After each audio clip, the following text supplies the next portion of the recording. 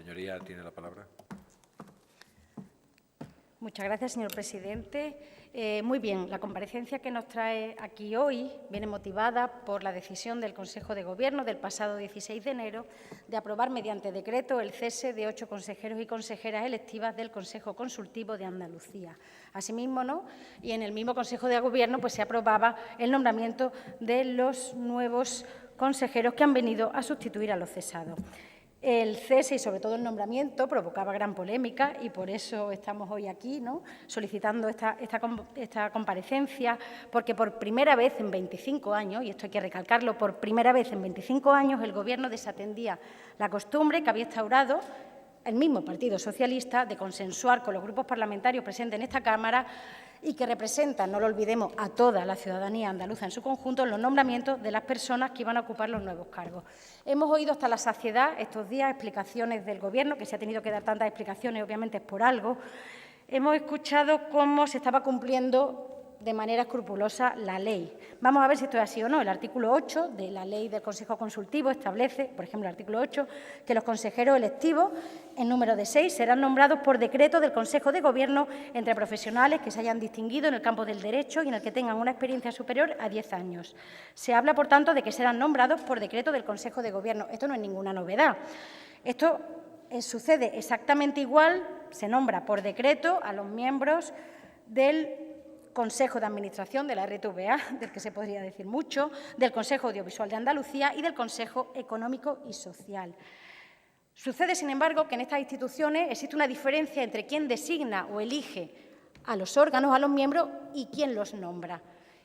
El problema que tenemos con la ley del Consejo Consultivo es que el nombramiento se establece por decreto del Consejo de Gobierno, pero no se alude en ningún caso, de ninguna manera, a quién los designa o los elige. Ante esa ausencia de regulación, ¿cuál ha sido la costumbre? Repito, y es que esto es muy importante, desde la primera conformación del Consejo Consultivo de Andalucía con la primera ley, con la del 93. Impuesta, además, esta costumbre por el propio Partido Socialista. ¿Cuál ha sido la costumbre en todo este tiempo? Pues que tener en cuenta la voluntad, tener en cuenta la designación que tuvieran otros grupos parlamentarios presentes en la Cámara, sin guardar un exquisito principio de proporcionalidad, pero como mínimo atendiendo a ello. Y claro, de pronto se nos rompe esta costumbre y eso hay que explicarlo. Y mucho me temo, señor vicepresidente, y aunque le agradezco los datos y los esfuerzos que ha puesto en su comparecencia, no nos lo ha explicado. No hace falta ser un avezado intérprete del derecho para saber que en ausencia de una norma concreta sobre el procedimiento de designación hay que acudir a otros modos de interpretación, de implementación de las normas jurídicas. Y en este caso, hablar de una costumbre que se ha seguido durante 25 años es un argumento de la suficiente fuerza como para que su ruptura requiera de alguna explicación más allá de la que aquí se ha dado, y queda hablar de lo buenos que son las personas a las que se ha nombrado y cuya valía en ningún caso vamos a poner en duda aquí. No solo eso, sino que si seguimos hablando y profundizando sobre la manera de implementar ese vacío que deja la ley del Consejo Consultivo, si acudimos a los principios generales del derecho, tenemos que hablar del pluralismo político, que es uno de los valores que aparece en la Constitución y que en esta comunidad autónoma y la interpretación del derecho que hace la Junta de Andalucía brilla por su esencia. Ciertamente no vamos a decir que se esté incumpliendo la ley porque no sería cierto, no estaríamos siendo rigurosos, no es así. Pero también es cierto que el primer Gobierno socialista que procedió a esto podría haber actuado de otra manera, no consensuarlo con los grupos parlamentarios y, bueno, no estaría bien, no nos parecería una práctica lo suficientemente democrática, pero no estaríamos aquí hoy hablando de esto. Claro, ¿qué es lo que nos preguntamos ante la ausencia de esta regulación concreta y ante la ruptura de esta pregunta? ¿Qué es lo que sucede ahora que no sucedía antes? A mí me han escuchado decir en esta Cámara al menos una vez, y lo voy a volver a decir, que muchos nos avergonzamos, yo me avergüenzo de haber sido votante y simpatizante socialista. Y cuando veo cosas así, no puedo más que reiterarme en esta posición. Lo digo, lo voy a explicar si me dejan. No puedo más que reiterar esta posición.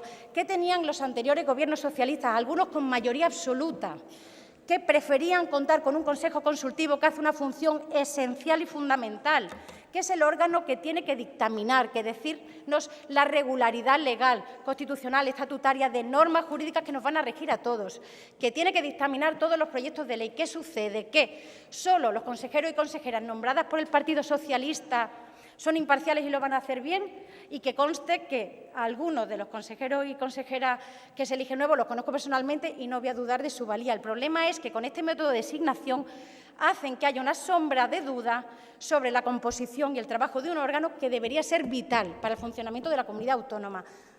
El problema es que gobernar no es solo acudir estrictamente a la ley. El problema es que gobernar también requiere manejar bien las categorías democráticas y, sobre todo, manejar las mayorías, las absolutas y las relativas. ¿Por qué cuando tenemos mayoría absoluta podemos permitirnos consensuar con otros grupos parlamentarios y ahora no? ¿Qué está sucediendo ahora para ello? ¿Qué tenían otros gobiernos socialistas que se lo podían permitir? ¿Por qué esta pérdida de calidad democrática continua en nuestra comunidad autónoma? No nos la merecemos los andaluces y andaluzas. Después de 40 años de gobierno socialista, no solo vamos a hablar de las cifras de paro, de pobreza y desigualdad, sino que la patrimonialización de las instituciones que está haciendo el Partido Socialista está rebajando las cotas democráticas de esta comunidad autónoma. Y como les decía, ¿qué pasa? Que puede haber alguna voz discordante que entienda que determinado proyecto, anteproyecto de ley puede ser contrario al Estatuto o a la Constitución o a normativa ya aplicada. ¿Hay miedo de eso? La verdad es que yo creo que no. Yo querría entender o yo querría tener un consejo consultivo donde tenga gente que no solo piense como yo, es decir, que no solo los nombre yo. No puedo entender, repito, cómo, más allá de controlar las mayorías, se quiere controlar todo. ¿A dónde me lleva eso a pensar o qué me lleva eso a pensar? Me lleva a pensar que a lo mejor tenemos que estar más atentos todavía a lo que pasa en el Consejo Consultivo. Porque, claro, yo a partir de lo que ha sucedido me he puesto a interesarme sobre, por ejemplo, la ejecución del presupuesto y me encuentro con que casi no tengo datos. Y, por ejemplo, ¿qué sucedería si descubrimos que hay cierta práctica a través de la cual se encargan las ponencias a consejeros que no tienen dedicación exclusiva y, como no tienen dedicación exclusiva y cobran, por tanto, un sueldo para ello, son de los que no la tienen y se les paga, no sé si 800 euros o lo que sea, la ponencia? ¿Quién decide ese criterio? ¿Es seguro que es la afinidad temática? ¿Cómo lo podemos controlar?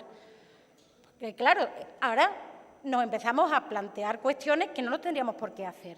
O, por ejemplo, ¿qué sucedería, imaginemos, si desde el Consejo Consultivo se deciden comprar, no sé, 200 o 2.000 ejemplares de una obra que ha escrito uno de los consejeros? ¿Qué pasa? Bueno, pues no sé, a mí me gustaría saber, me gustaría pensar que existen personas afines y personas que no lo son tanto, libres y capaces de determinar si eso es así o no. Me gustaría saber qué pasa con la ejecución del presupuesto de la institución. Me gustaría saber, tener detalles sobre el uso que se hace de los coches oficiales, por ejemplo, por las distintas personas que lo tienen. Es decir, sin dudar de la valía de las personas que se han nombrado, repito, porque a muchas las conozco y creo que van a hacer una labor magnífica, todo esto, por parte del Gobierno de la Junta de Andalucía, lo que me lleva a pensar o que se van a hacer normas que a lo mejor no afinan muy bien y no se quieren tener voces discordantes, y no entiendo por qué, la verdad, porque, repito, precisamente por ser el Consejo, el máximo órgano consultivo de la Junta de Andalucía, el Gobierno tendría que ser el principal interesado en escuchar a todas las voces, o si no, me hace pensar que hay algo en el Consejo Consultivo al que yo no había prestado atención antes, nada más que en sus dictámenes, que nos puede llevar a pensar que, no sé, que quizá no deberíamos fijarnos, con lo cual ahora lo tendremos que hacer mucho más, porque si no, no entiendo a qué viene una renovación que, como les decía, se hace antes de tiempo y de consejeros y consejeras que me consta que estaban haciendo una buena labor desde el punto de vista no solo jurídico, sino también del cumplimiento de las normas que el Consejo Consultivo necesita.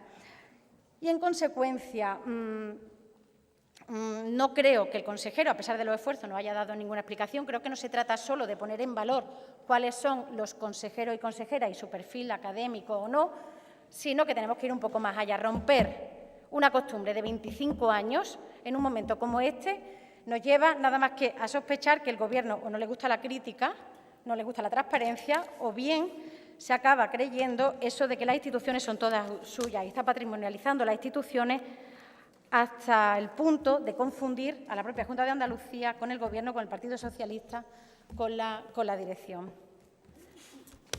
Muchas gracias. Gracias, señoría.